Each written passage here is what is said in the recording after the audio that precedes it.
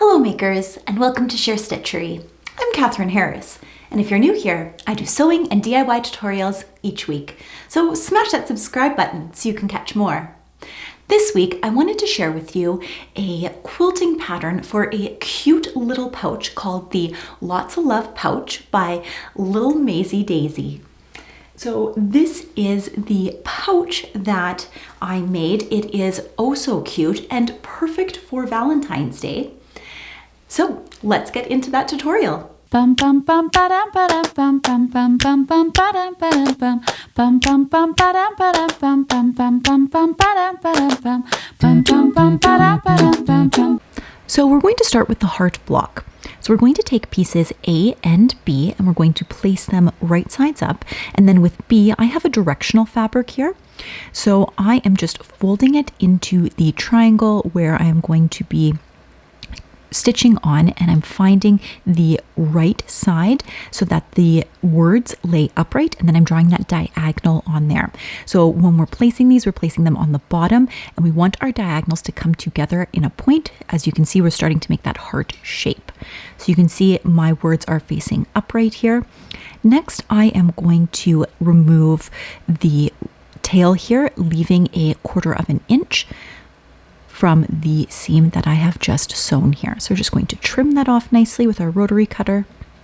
And then we are going to take it over to the iron and we're going to press them. So for the one side, we are going to press it facing the triangle, but for the other side, we are going to press it facing that longer rectangle or our inner heart piece. So one goes one way and one will go the opposite way.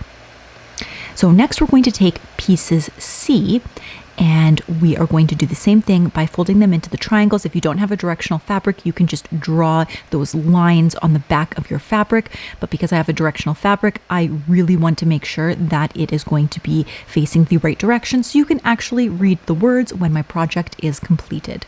So we're just going to sew those on.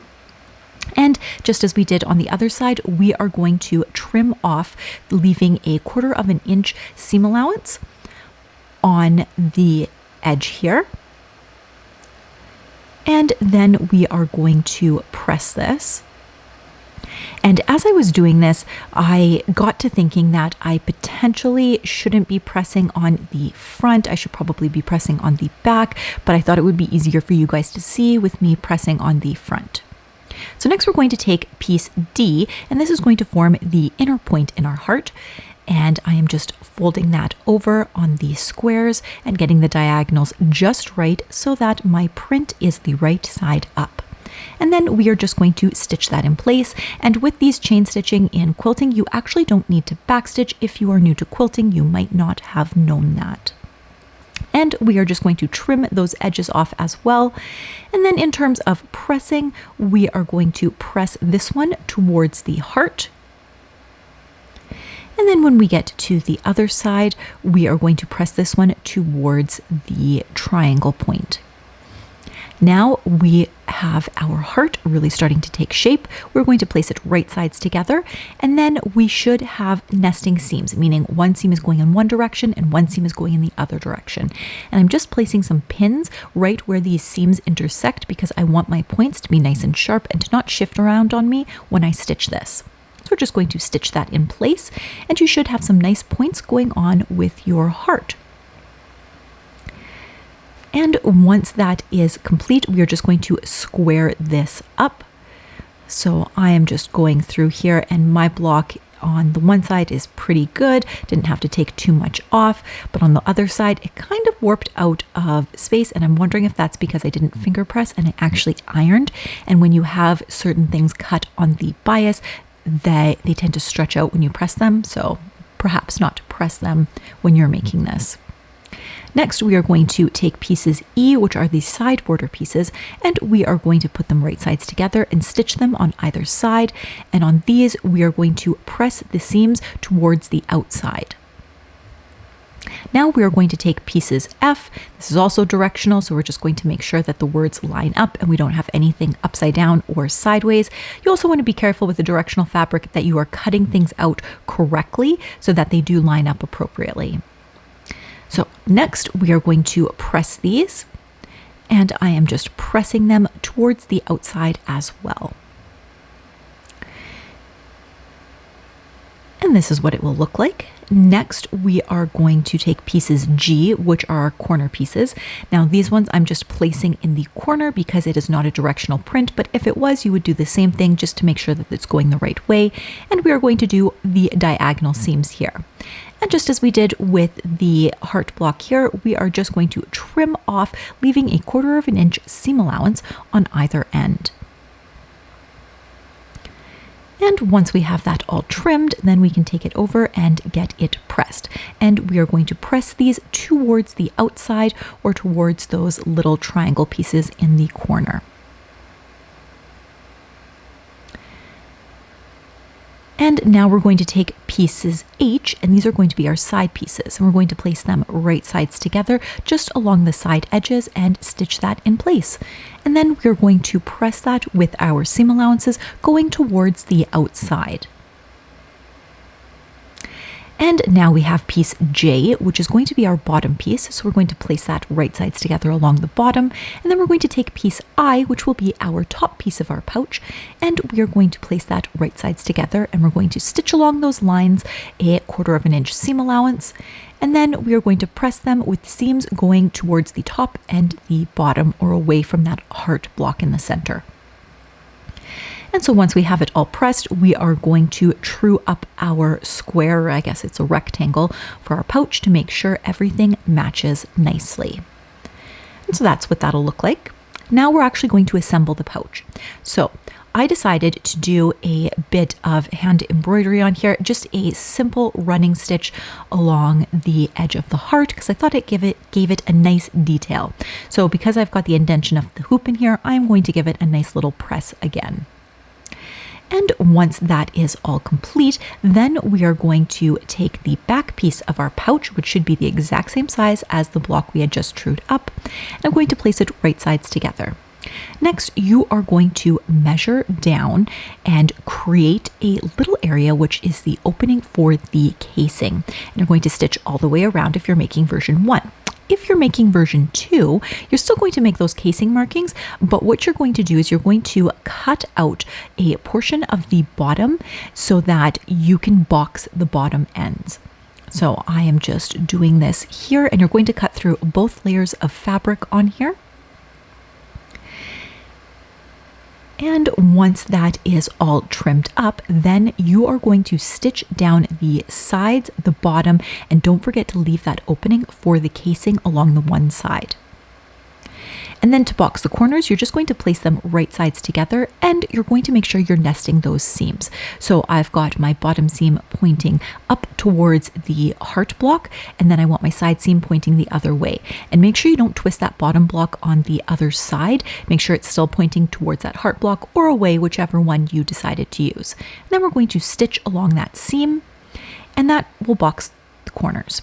Now we're going to assemble the lining, and we're going to box the corners in the same way and stitch it around. If you're doing the other version, then you're going to do that as well. You do not need to leave a hole for the casing. I did draw it on there and then realized when I peeked at the instructions that that's completely unnecessary. So next we are going to put right sides together the lining and the main pouch, and matching up the corners here. And then I am just going to leave a couple of an inch gap so that I can turn my pouch, and then we're going to stitch all the way around the top perimeter a 1/4 of an inch, leaving that 2-inch gap. And now we can move our pouch to the right side out. So I'm just flipping that out, and then I'm putting the lining towards the inside, and then I'm just really going to poke out those boxy corners. And this is what it will look like. And you've got a little opening still here at the top, which you are going to want to close. But before we close it, we want to make sure we are pressing this top seam nice and crisply. So I'm just going around and I'm rolling the seam to make sure that no pink is showing along the green. So we want to slightly roll that green edge towards the inside. This will give us a nicer finish in the end. And so once we've got the top all pressed, I am just pressing the entirety of the pouch bag just to get everything to lie nice and flat. And once that is all done, then we are going to close the top. Now I am closing mine by hand and I'm using a ladder stitch. I will leave a card up here as well as a link below on a more detailed instruction on how to do the ladder stitch. That being said, you can also go in with your machine and just stitch the top of this. Now we're going to move on to the casing. So with the casing, we are going to mark 2 parallel lines, and they are going to be the same width that our opening for our casing is. So I'm just drawing that in here. You can see where I've got the hole for my casing.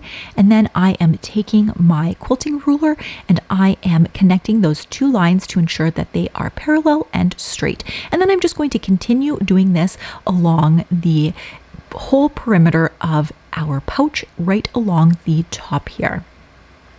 And once that is all connected, then we're going to pop over to the sewing machine and we're going to stitch those 2 parallel lines.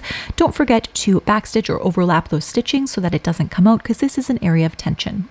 Next, you could use a safety pin or a bodkin, which I'm using in my case, to insert the cording, ribbing, or whatever you're ribbon, or whatever you are using to act as the ties for your pouch. And your pouch is now complete and nice and tied, and you can fill it up with whatever goodies you would like. And I think this makes a perfect treat specific for Valentine's Day. So now that we have our pouch all completed, I thought I would touch a little bit on the pattern itself. So it is by Lil Maisie Daisy, and I will leave a link to her shop and where you can get the pattern down below. And one thing that I wanted to mention is that it is quite well written, and it also includes some really intuitive diagrams for you to sew this up, making it a great beginner-friendly project for you, especially if you're getting into quilting. And it is a nice stash buster because it does only use a fat quarter or 2 to create this little pouch. I also really love the heart pattern block because it is really versatile. You can grade it up to make a larger block, or you can combine it with a couple of other elements to create some fun and unique projects. Now, I decided to make this one for Valentine's Day, and I am on the fence on whether I should gift it or if I should keep it for myself. So let me know in the comments down below. What do you think I should do? Should I gift this cute little pouch to someone, or should I keep it and make another one for someone else? And I would also love to know what you guys are doing for Valentine's Day, and if you're doing any sewing projects for Valentine's Day, let me know down below. Until next time, makers, let's get our sewspiration on.